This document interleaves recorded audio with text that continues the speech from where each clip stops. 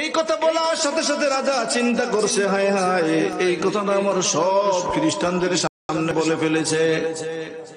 এখন তো আমার খ্রিস্টান রাজা বলতেছে, এখন তো উনি যদি এই কথা না বলতো এক ভালো ছিল, যেই কথা বলেছে এখন তো অবশ্যই অবশ্যই খ্রিস্টানেরা শুনছে, এদের ভিতরে তো ইমানের দাওয়াত পৌঁছে না, বসে নাই।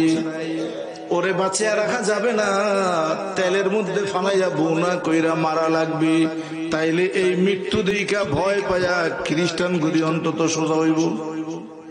আর যদি বোনাস হিসাবে এই দুই ভাইও ভালো হয়ে যায়, তাইলে তো আমি জিতে গেলাম। কতক্ষণ না? এই জন্য জল্লাদকে নির্দেশ দিলেন, জল্লাদ তেলের মধ্যে ধাক্কা দিয়ে আগুন দিয়া ফালাইয়া দে, বাঁচিয়ে রাখার কোন সুযোগ নাই, তাইলে ইমানি শক্তি আরো বেড়ে যাবে।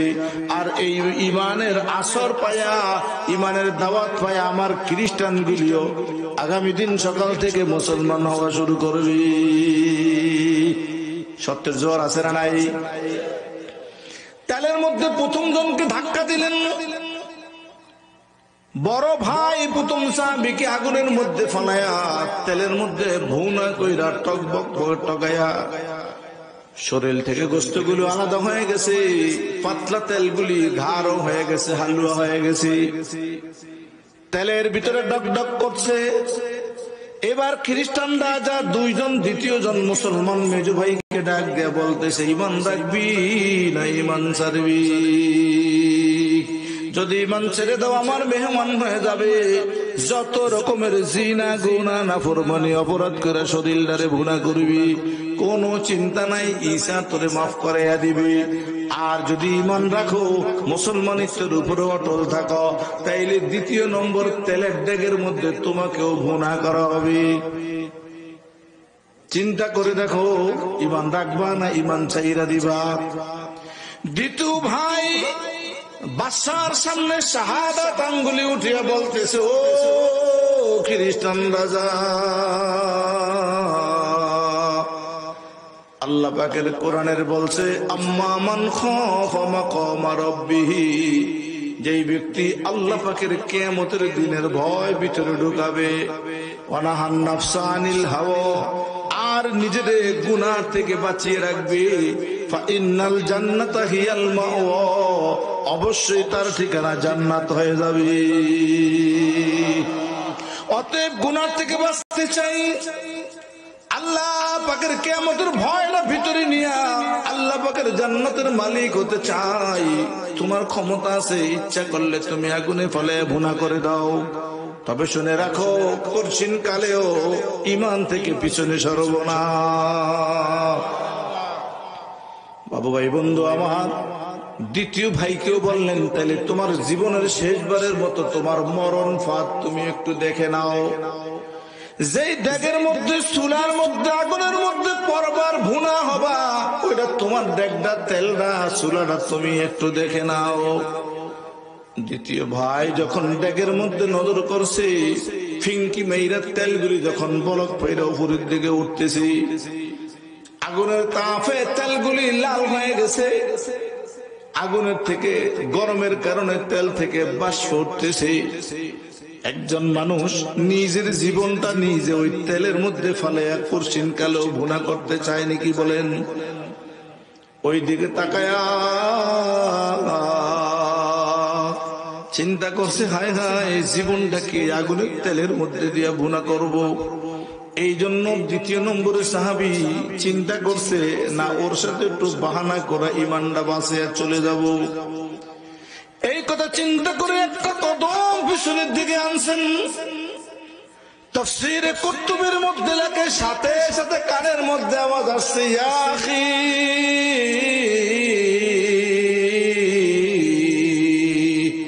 ইরমি নাফসাকা ফিন্নার লাইসাতিন নারু বালিল জান্নাহ। ভাইটা যখন একটা পা পিছনের দিকে ফেলেছে, ওই তেলের ডেকটার মধ্যে বড় ভাইয়ের কণ্ঠে একটা আওয়াজ কানে এসে পৌঁছেছে। ভাই আওয়াজ দিয়া বলতেছে, ইয়া আখি, ও ভাই, ইরমি নাফসাকা ফিন্নার, তুই তোরে আগুনের মধ্যে তেলের মধ্যে ড্যাগের মধ্যে ফেলে দে। লাইসাতিন নারু বালিল জান্নাহ, পইরাই দেখ এটা আগুন না, তেল না, ড্যাগ না, বরং আল্লাহ পাকের জান্নাত। ভাইয়ের আওয়াজ যখন কানে আসছে, এই লোক কি আর পিছনে যাইতে পারে কিনা বলেন? হায় হায়, যেই ভাই একটু আগে তেলের মধ্যে পইরা বোনা হইছে, ভাইয়ের জান জীবন যৌবন হাড় গোস্ত মাংস কিছু নাই, ওই ভাই আমার ডাক দিয়া গো, ভাই রে তেলের মধ্যে পইরা জীবনটা দে, এটা তেল না আগুন না, পইরাই দেখ আল্লাহ পাকের জান্নাত। বাবু এই বন্ধু, ঈমান কাকে বলে, আল্লাহর ভয় কাকে বলে? দুই ভাই যখন জীবন দিয়া তেলের মধ্যে পইরা বোনা হয়ে গেছে, খ্রিস্টানদের শাসন। কয়জন বাকি আছে জোরে কর ভাইরা? 3 নম্বর জনকে ডাক দিয়া খ্রিস্টান রাজা বলতেছে, দেখো যদি ঈমান ইসলাম কোরআন ছেড়ে দাও, তাইলে আমার কত নারীদের জগৎ, যুবতীদের জগৎ, নেশার জগৎ, দুনিয়া যেমনি ইচ্ছা তেমনি কাটাইবা, ঈসা পরকালে মাফ করে দিব, কোনো গুনাহগানার চিন্তা নাই। আর যদি ঈমান ইসলাম কোরআন রাখো, দুই ভাইয়ের মতো তেলে ফেলে ভুনা করে মুসলমানের স্বাদ আর মজা দেখিয়ে দিব। সিদ্ধান্ত নাও তুমি কি করবা। ঠিক এই মুহূর্তে এই খ্রিস্টান রাজার একজন বিশ্বস্ত মন্ত্রী ছিল, যার সাথে পরামর্শ করে খ্রিস্টান রাষ্ট্র পরিচালনা করতেন। উনি রাষ্ট্রীয় সফরে ওই সময়ের জন্য বাহিরে ছিল। হঠাৎ করে শাসা করে সিঁড়ি ভাইয়া ওই অগ্নি পূজক মন্ত্রী এসে হাজির হলো। ইনি ছিল খ্রিস্টান ধর্মে বিশ্বাসী রাজা, আর রাজার মন্ত্রী, প্রেসিডেন্টের মন্ত্রী ছিল অগ্নি পূজকে আগুনের খোদা মনে করত। বুঝেননি কথা? এই মন্ত্রী যখন এজলাসে আসছে, দরবারে আসছে, ডাক দিয়ে জিজ্ঞাসা করে, বাচ্চা আগুন চুলা দেখছি, মানুষ পোড়া গন্ধ কেন? বাচ্চা ডাক দিয়া বলতেছে, মন্ত্রী তুমি নাই, কার সাথে পরামর্শ করি, কাকে জিগাই, বেকায়দায় পড়েছি। মক্কা নগরীতে মুহাম্মদ নামের এক যুবক আসছে, আল্লাহর কোরআন দিয়া মানুষের খ্রিস্টান ধর্মের বিরুদ্ধে দাওয়াত দেয়, ইহুদিবাদের বিরুদ্ধে দাওয়াত দেয়, নাস্তিকদের বিরুদ্ধে, মুশরিক কাফেরদের বিরুদ্ধে দাওয়াত দেয়। এই 3 জন লোক কোরআন নিয়া, আল্লাহ পাকের ভয় নিয়া জান্নাতি হইয়া মরতে চায়।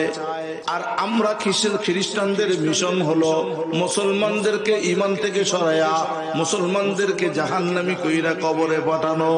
এটাই হলো আমাদের মিশন।